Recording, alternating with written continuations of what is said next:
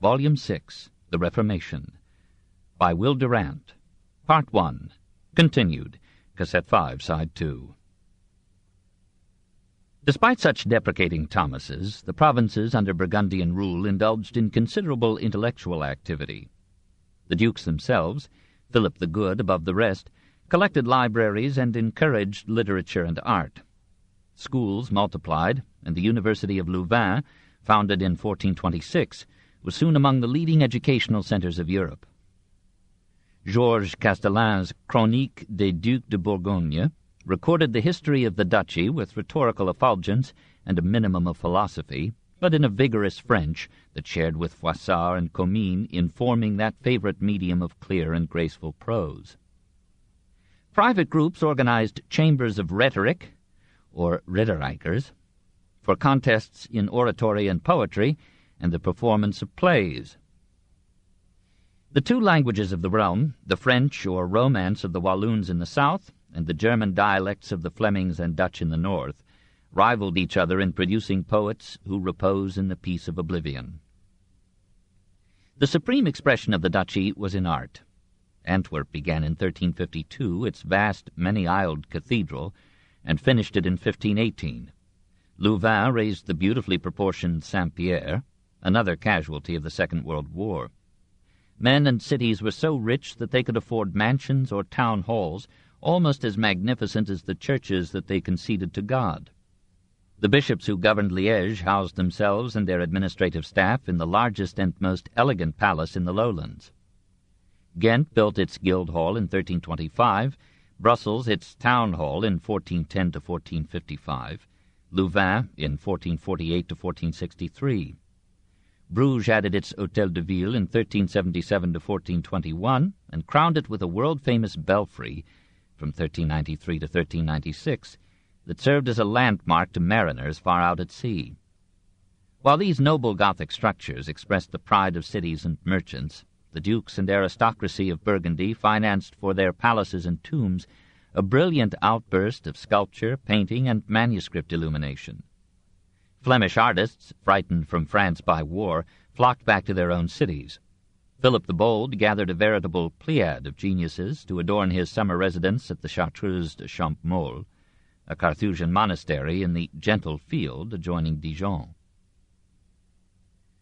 In 1386, Philip commissioned Jean de Marville to design for him an elaborate mausoleum in the Chartreuse. When Marville died in 1389, Claus Sluiter of Holland continued the work. When Sluiter died in 1406, his pupil, Claus de Verve, carried on.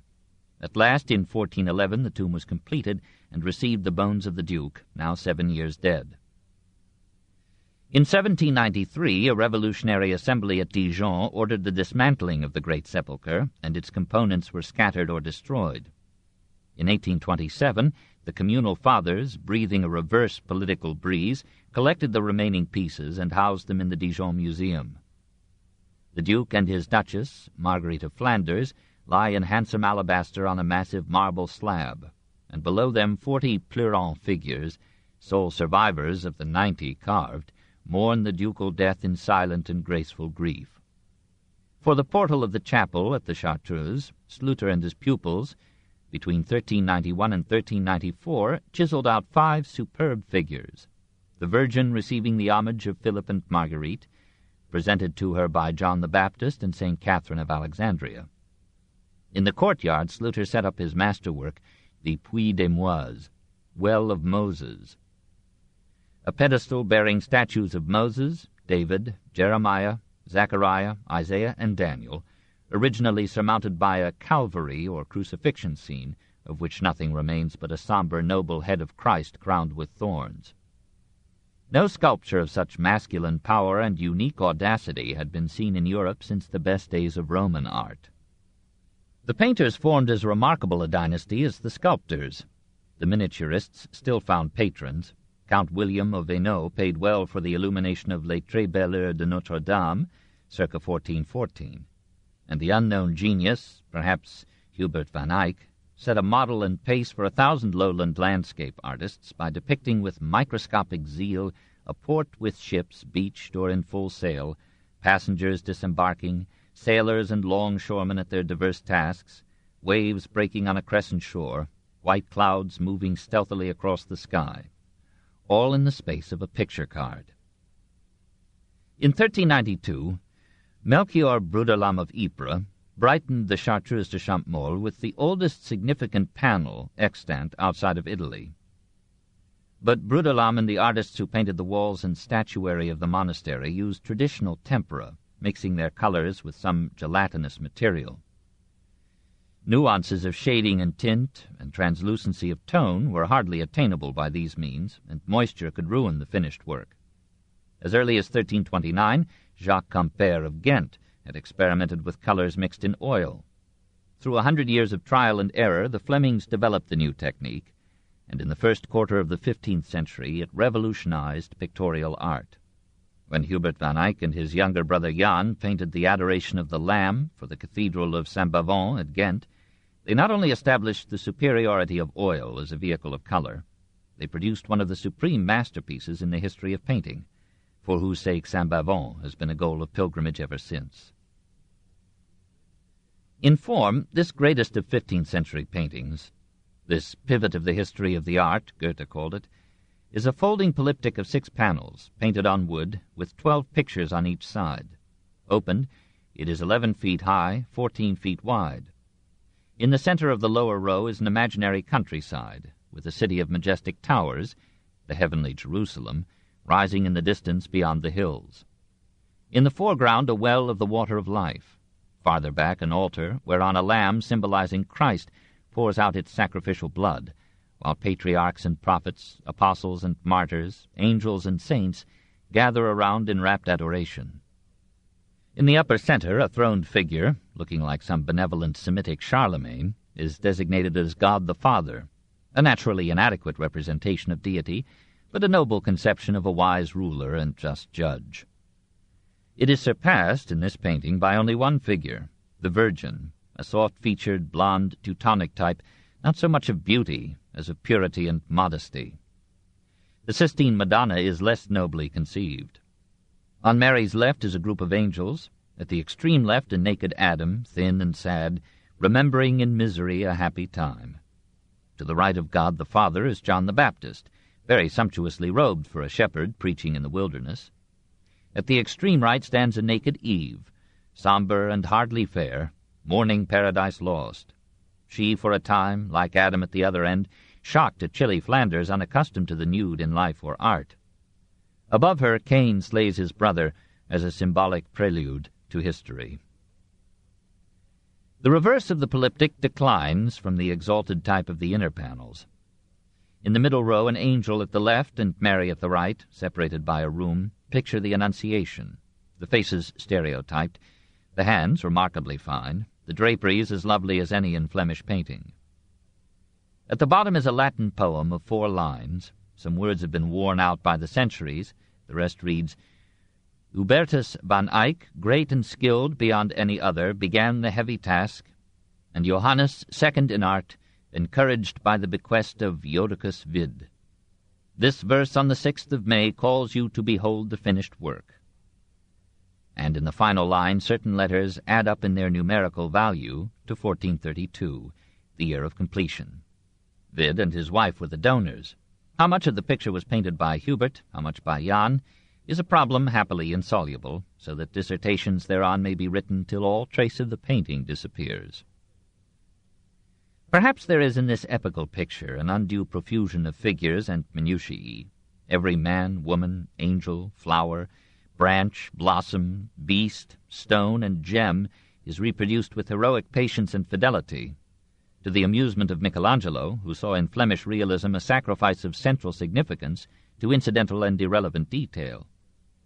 But nothing in contemporary Italy rivaled this painting in scope, conception, or effect, and in later pictorial art only the Sistine Chapel ceiling of Michelangelo surpasses it, and the Vatican frescoes of Raphael, and probably Leonardo's Last Supper before it began its long decay. Even in its own day, all literate Europe talked of the Adoration. Alfonso the Magnanimous pleaded with Jan van Eyck to come to Naples and paint for him such men and women with golden hair as sang in this picture, but were so rare in southern Italy. Hubert van Eyck moves out of our ken after 1432, but we can vaguely follow Jan through a prosperous career. Philip the Good made him valet de chambre, then a position of much dignity and affluence, and sent him abroad with embassies as a jewel from the Burgundian crown. Some 24 extant paintings are ascribed to him, and nearly every one is a chef-d'oeuvre. Dresden has a Virgin and Child second only to the Adoration in the Van Eyck production. Berlin boasts the Man with the Pink, a dour face strangely incongruous with the fondled flower. Melbourne has the brilliantly colored Inns Hall Madonna, hardly 9 inches by 6, yet valued at $250,000. Bruges treasures the Madonna with Canon Vanderpale, a virgin lovely with her flowing hair to the hem of her marvelously wrinkled gown, the canon fat and bald and good-natured, one of the great portraits of the 15th century. London shows the newlyweds Giovanni Arnolfini and his spouse in an interior sparkling with mirror and chandelier. The Frick collection in New York has recently acquired, at unstated but enormous cost, a richly colored Virgin and Child with Saints Barbara and Elizabeth. Washington has an Annunciation remarkable for its illusion of spatial depth and for the splendor of Gabriel's raiment, which steals the scene from Mary. And the Louvre owns the Madonna with Chancellor Rollin, with a fascinating landscape of winding river, crowded bridge, towered city, flowered gardens, and a range of hills rising to greet the sun. In all of these, besides their full-bodied colors, there is a resolve to picture the donors as they were and looked, to reveal on a face the life its owner had led, the thoughts and feelings that through the years had formed the features into a confession of character. In such portraits, the medieval spirit of idealization is set aside, and a modern naturalism, perhaps reflecting middle-class secularism, is in full swing. Many other painters reached renown in that fertile land and age: Petrus Christus, Jacques Daré, Robert Campin, the master of Flamal. We bow to them humbly and pass on to Campin's pupil, Rogier de la Pasture.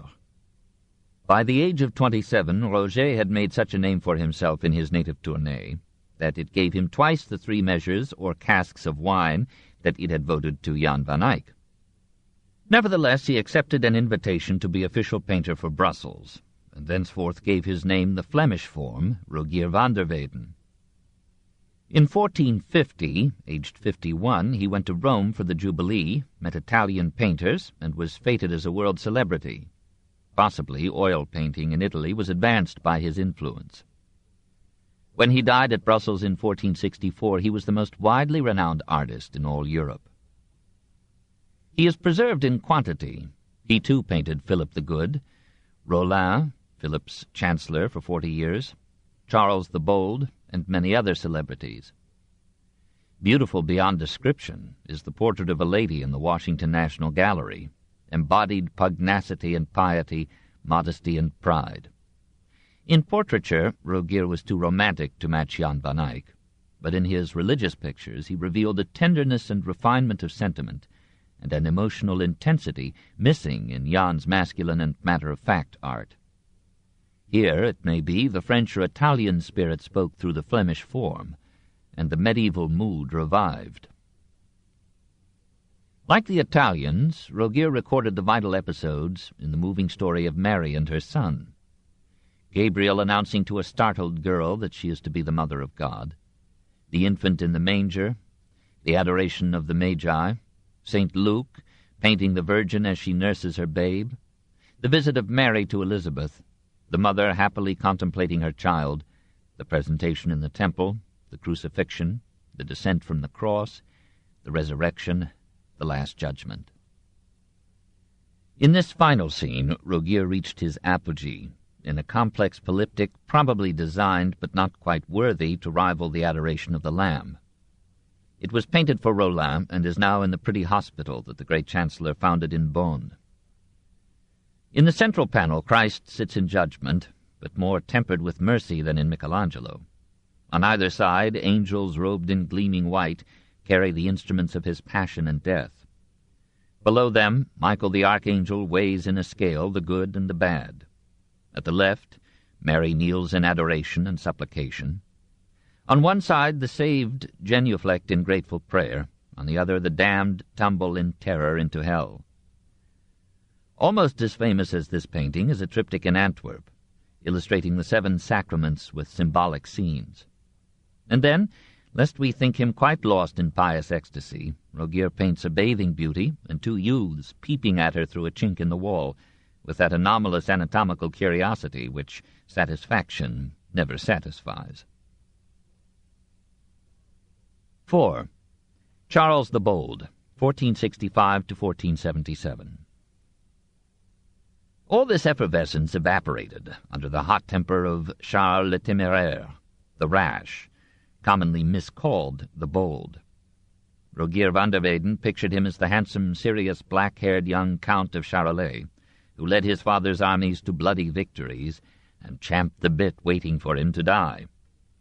In 1465, Philip the Good, sensing his impatience, yielded the government to him and relished the youth's ambition and energy. Charles resented the division of his duchy into northern and southern provinces, severed in space and diverse in speech. He resented more the feudal fealty that he owed for some of these provinces to the French king, for others to the German emperor. He longed to make Greater Burgundy, like the Lotharingia, or Lorraine of the 9th century, a middle kingdom between Germany and France, physically coherent and politically sovereign. Even at times, he mused that the opportune deaths of a few intervening heirs would hand him the French, English, and imperial crowns, and raise him to a pinnacle beside the loftiest figures in history. To realize these dreams, he organized the best standing army in Europe, taxed his subjects beyond precedent, disciplined himself to every hardship and trial, and gave neither his mind nor his body, neither his friends nor his foes, any respite of ease or peace. However, Louis XI thought of Burgundy as still an appanage of France, and fought his rich vassal with superior strategy and guile. Charles joined French nobles in war against Louis. He won some further towns and the lasting enmity of an undiscourageable king. In that struggle, Dinan and Liège revolted against Burgundy and declared for France, and some enthusiasts at Dinan labeled a hanged effigy of Charles as the bastard son of a careless priest. Charles shot down the walls of the city, gave it over to 3 days of pillage by his troops, enslaved all men, expelled all women and children, burned all the buildings to the ground, and threw 800 of the rebels, bound hand and foot, into the Meuse, this in 1466. Philip died in the following June, and the Count of Charolais became Charles the Bold. He renewed the war with Louis, and compelled his company in cooperation in the siege of repeatedly rebellious Liège. The starving citizens offered Charles all their goods in return for their lives. He rejected the bargain. The city was plundered down to the last dwelling and chapel. Chalices were snatched from the hands of priests celebrating Mass. All captives who could not pay a heavy ransom were drowned. This in 1468. The world, though long inured to violence, could not forgive Charles his severity, nor his unfeudal imprisonment and humiliation of his king. When he conquered Gelderland, acquired Alsace, and stepped on imperial toes by interfering in Cologne and besieging Neuss, all his neighbors took steps to check him. Peter von Hagenbach, whom he had appointed to govern Alsace, so provoked the citizens with his insolence, rapacity, and cruelty that they hanged him. And as Swiss merchants had been among Peter's victims, and French gold was strategically distributed in Switzerland, and the cantons felt their liberties imperiled by the spread of Charles's power, the Swiss Confederation declared war on him to the death in 1474. Charles left Neuss, turned south, conquered Lorraine, so for the first time uniting the ends of his duchy, and marched his army over the Jura into Vaud. The Swiss were the doughtiest warriors of the age. They defeated Charles near Grandson, and again near Morat in 1476. The Burgundians were routed, and Charles neared insanity in his grief. Lorraine saw its chance and rebelled. The Swiss sent men. Louis sent money to help the revolt. Charles formed a new army, fought the Allies near Nancy, and in that battle met defeat and death in 1477. On the morrow his body, stripped naked by ghouls, was found half submerged in a pond, the face frozen fast in the ice. He was 44 years old. Burgundy was absorbed into France. 5. Art in the Lowlands, 1465 to 1515. Southern Flanders declined for a time after Philip the Good. Political disturbances drove many weavers to England. The growth of the British clothing industry took trade and raw materials from the Flemish cities. By 1520, English cloth crowded the markets of Flanders itself. Brussels, Mechlin, and Valenciennes survived through superior lace, carpets, tapestries, and jewelry, Namur by its leather, Louvain through its university and its beer. About 1480, the canal that brought the sea to Bruges began to silt its bed. Heroic efforts were made to clear it. Wind and sand won. After 1494, sea-going vessels could no longer reach Bruges. Soon its merchants, then its workers, left Bruges for Antwerp, which deep-draft ships could enter by the estuaries of the Scheldt. Antwerp signed agreements with English exporters and shared with Calais the British trade with the continent. Life in Holland existed by grace of the dikes, which had to be repeatedly rebuilt and might at any time collapse. Some gave way in 1470 and drowned 20,000 of the population. The only major industry was the capture and cure of herring. Holland produced many of the famous painters of this period, but was too poor to hold them. All but Gertgen tot Sint-Jans migrated to Flanders. There, even in cities that suffered decline, rich burghers dressed gorgeously, dwelt in sturdy brick houses luxuriously furnished, hung with the tapestries of Arras or Brussels, and gleaming with the brass vessels of Dinan. They built lovely churches like Notre-Dame du Sablon at Brussels, and Saint-Jacques at Antwerp, raised stone by stone the towering facade of Antwerp Cathedral, and began the proud town hall of Ghent. They financed the painters, sat for portraits, bribed heaven with votive art, and allowed their women to read books. Perhaps it was their earthy mood that led Flemish painting in its second flowering to stress realism and landscape even in religious pictures, and to seek new subjects in homes and fields. Dirk Boots inaugurated realism with the exaggerations natural to innovators.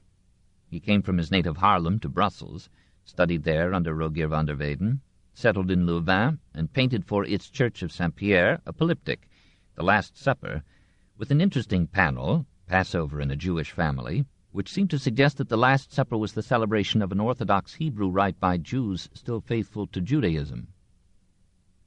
For a chapel in the same church, Boots painted The Martyrdom of St. Erasmus, with a shocking literalness.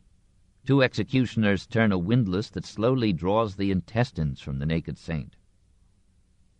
In the Martyrdom of St. Hippolytus, 4 horses, driven in 4 directions, pull out the arms and legs of the holy victim.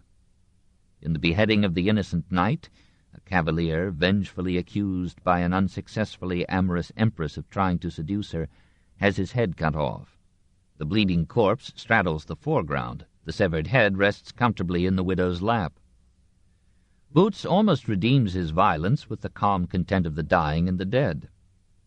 There are vivid colors in these paintings, now and then a good landscape or perspective, but their mediocre drawing, rigid figures, and lifeless faces suggest that time does not always winnow wisely. Probably Hugo van der Goes took his name from Goose in Zealand, and was another instance of Holland's generating and losing genius. In 1467 he was admitted to the Guild of Painters at Ghent. It bespeaks the repute of Flemish painting that an Italian merchant in Flanders chose him to paint an immense triptych for the Hospital of Santa Maria Nuova in a Florence already teeming with artists. Hugo chose for his theme the phrase quem genuit adoravit, whom she bore she adored. The life-size figure of the Virgin, wrapped in reverence, is masterly. A shepherd at the left anticipates the magic of Raphael and Titian. The winter landscape is a novel achievement in delicate fidelity to nature. Vigorous realism, original composition, accurate drawing, incisive delineation of character placed van der Goes at the top of the Flemish school in the 3rd quarter of the 15th century. Whether to find more quiet for his work or to calm the religious fears that obsessed him, he entered a monastery near Brussels, circa 1475, where he continued to paint and, says a brother monk, drink excessively. The notion that God had destined him for eternal damnation darkened his sober moments and drove him into insanity. Vespasiano da Bisticci tells us that about 1468 Duke Federigo of Urbino sent to Flanders for a painter to decorate his study, since he knew of no one in Italy who understood how to paint in oil colors.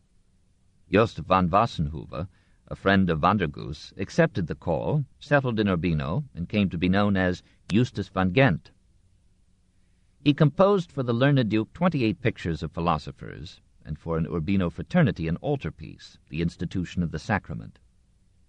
Though these works are Flemish in style, they date a growing exchange of influence between Flanders and Italy, an increased use of oil, and a trend to realism in Italian painters, and the infiltration of Italian idealism and techniques into Flemish art. Hans Memling, though we have no record of his visiting Italy, brought into his painting an elegance and delicacy that he may have acquired from the painters of Cologne, or from Rogier van der Weyden, or that may have come up from Venice and along the Rhine to Mainz. Born near Mainz, and probably named from his native Memlingen, Hans left Germany for Flanders and Bruges about 1465. There, 3 years later, Sir John Donne, a visiting Englishman, commissioned him to paint a Virgin enthroned. It was conventional in conception and composition, but it already displayed Memling's technical competence, his refinement of feeling, and his professional piety.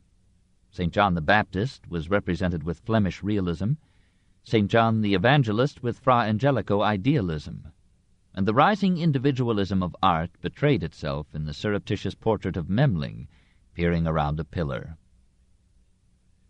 Like Perugino, a generation later, Memling made 100 Madonnas, tenderly maternal, divinely calm.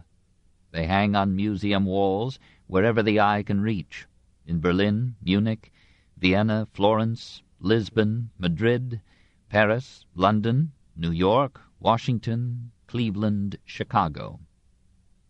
2 of the best are in the Hospital of St. John at Bruges. Mary dominates the mystic marriage of St. Catherine, where almost every figure is superb. She presides again in the adoration of the child. But there the Magi, one a veritable privy councillor Goethe, capture the scene. In a panoramic painting at Munich, Memling pictured all the major episodes in the recorded life of Christ. In another, at Turin, he told the story of the Passion with such a medley of men and women as even Bruegel would find it hard to outnumber. For the organ case of a monastery at Najera, in Spain, he composed a triptych of Christ surrounded by angels, rivaling Melozzo da Forli's Angeli Musicanti of a few years before. And the Antwerp Museum did not think itself bilked when it paid 240,000 francs, or about $1,200,000, for this picture in 1896. Another multiple altarpiece, The Last Judgment, was painted for Jacopo Tani, an agent for Lorenzo de' Medici in Bruges.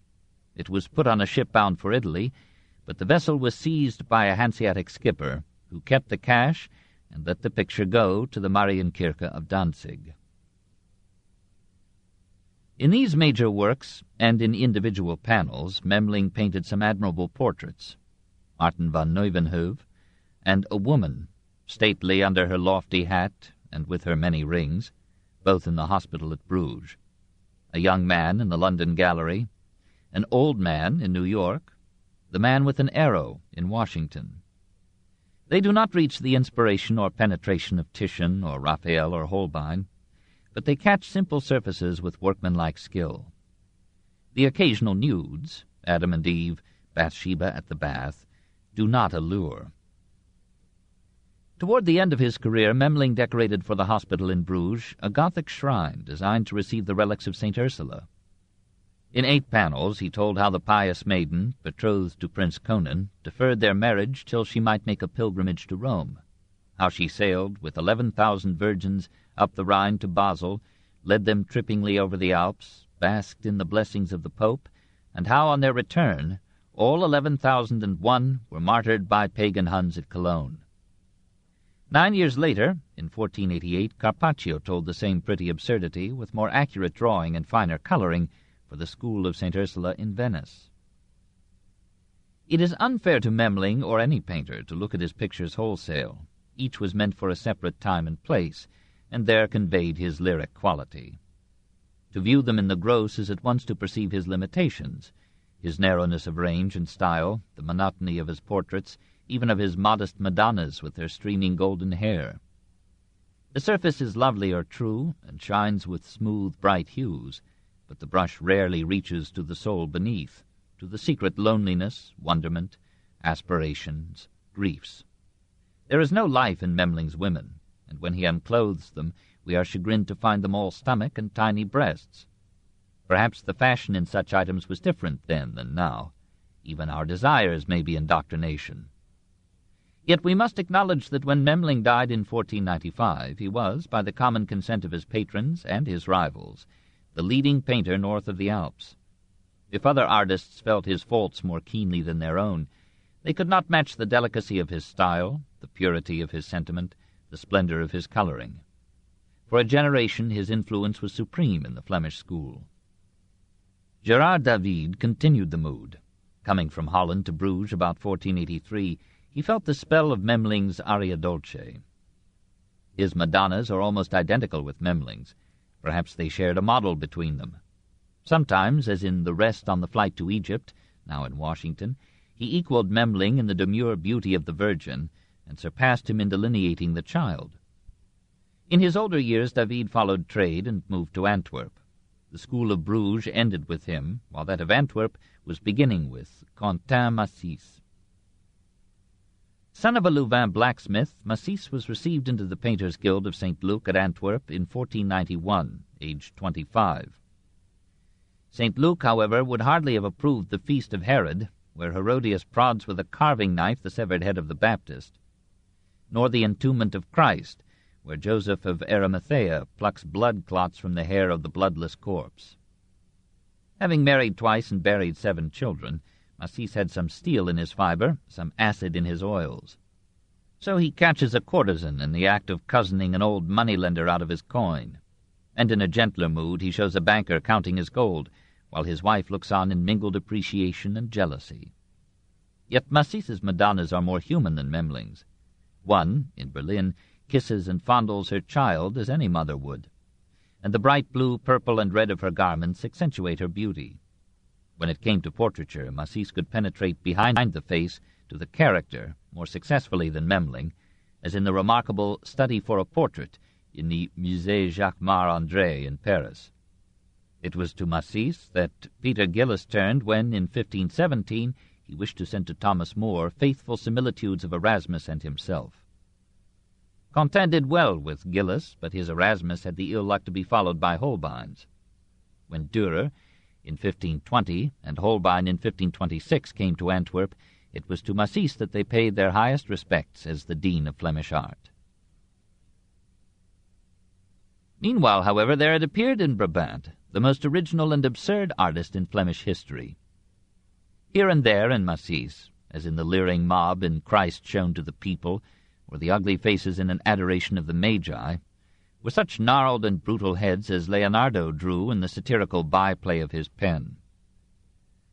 Hieronymus Bosch made a successful business of such grotesqueries.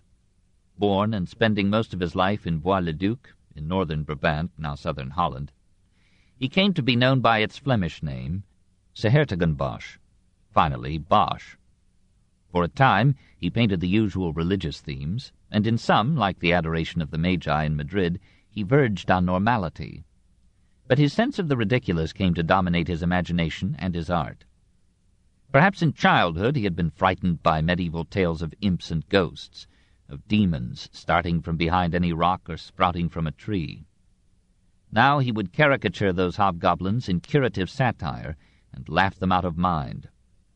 He resented with an artist's sensitivity the botches of humanity, the bizarre or ugly or deformed, and depicted them with a macabre mixture of wrath and glee. Even in idyllic scenes like the Nativity, he gave the foreground to the nose of a cow. In the Adoration of the Magi, peasants peeked through windows and archways at the Virgin and her child. Yet in this last picture he painted with consummate draftsmanship a majestic St. Peter and a Negro king whose stately dignity puts the other figures in the shade. But as Bosch proceeded with the story of Christ, he darkened the pictures with bestial faces, ferocious eyes, enormous noses, grimly protruding and voracious lips. Passing to the legends of the saints, he he portrayed a surprisingly tender St. John the Evangelist in an unusual landscape of islands and sea. But in a corner he placed a contemplative devil, with a monkish cowl, rat's tail, and entomological legs, patiently waiting to inherit the earth. In the Temptation of St. Anthony, he surrounded the desperate anchorite with gay courtesans and weird imaginings. A dwarf with legs rooted in his shoulders, a bird with the legs of a goat, a jug with the legs of a cow, a rat bestridden by a witch, a minstrel capped with a horse's skull. Bosch took the grotesques from the Gothic cathedrals and made a world of them. He was anything but a realist. Now and then he drew a scene from life, as in The Prodigal's Son, but there too he exaggerated the ugliness, the poverty, and the fear. His Hayride is no merrymaking in the month of May, but a bitter illustration of all flesh is grass. Atop the load all is ideal. A youth plays music for a girl who sings. Behind them 2 lovers kiss, and an angel kneels. Above them Christ hovers in the clouds. But on the ground a murderer stabs his fallen enemy. A procuress invites a lass to prostitution. A quack sells panaceas. A fat priest receives offerings from nuns. The cartwheels crush some careless celebrants. At the right a company of devils, aided by apes, drag the damned into hell. Philip II, King of Spain and gloom, hung this piece in his Escorial. Near it he placed a companion piece, The Pleasures of the World. Around a pool in which naked men and women bathe rides a procession of nudes on animals, partly zoological, partly phantasmagorical. Spikes and thorns enter the picture from every side. In the foreground, 2 nudes clasp each other in a waltz, while a huge bird gazes on them in philosophical amusement. One shutter shows the creation of Eve as the source of all evil. Another displays the tortures and contortions of the damned. It is a marvel of composition, of clever drawing, of diseased imagination. Veritable Bosch. Can it be that even in the dawn of modernity there were millions of simple and impressionable Christians who had nightmares like these? Was Bosch one such? Hardly, for in a portrait of him in the library at Arras he is shown in old age, in full vigor of mind and sharpness of eye. He is a man of the world who has survived his satirical rage, and can look upon life with the humor of one who will soon be out of the mess. He could not have painted these ghoulish fancies so skilfully if they had still possessed him. He stood above them, not so much amused as angry that humanity had ever harbored them. That his contemporaries enjoyed his productions as pictorial pranks rather than as theological terrors appears from the wide market found by prints made from engravings of his works. A generation later, Peter Bruegel would exorcise these devils and transform these hobgoblins into a healthy and jolly multitude. And 4 centuries later, neurotic artists would reflect the neuroses of their time by painting sarcastic fantasies redolent of Hieronymus Bosch. A more conventional figure closed this chapter in Flemish painting. Born in Maubeuge, and thence also named Mabuse, Jan Gossert came to Antwerp in 1503, probably after learning his art from David in Bruges.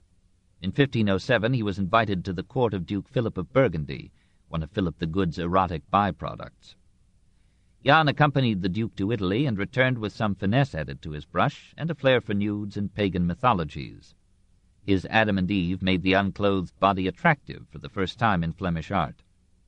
Mary with the Child and angels, and St. Luke drawing the Madonna, echoed Italy in their fat cherubs and Renaissance architectural backgrounds, and the Agony in the Garden may have owed to Italy its brilliant presentation of moonlight. But Gossert's forte was portraiture. No Fleming since Jan van Eyck had turned out such a searching character study as the Jan Carondelet in the Louvre. Here the artist concentrated on face and hands, and revealed the moneyed ancestry, the stoic administrator, the mind made sombre by the burdens of authority. Matisse had brought to an end that first line of Flemish painting which had reached nobility in the Van Eycks. Gossert imported from Italy those novelties of technique, elegances of ornament, graces of line, subtleties of chiaroscuro, and portraiture that would in the 16th century, barring Bruegel, turn Flemish painting from its native skill and genius, and leave it in suspended excellence until its culmination under Rubens and Van Dyck. Charles the Bold left no son, but he had betrothed his daughter Mary to Maximilian of Austria in the hope that the Habsburgs would protect Burgundy from France.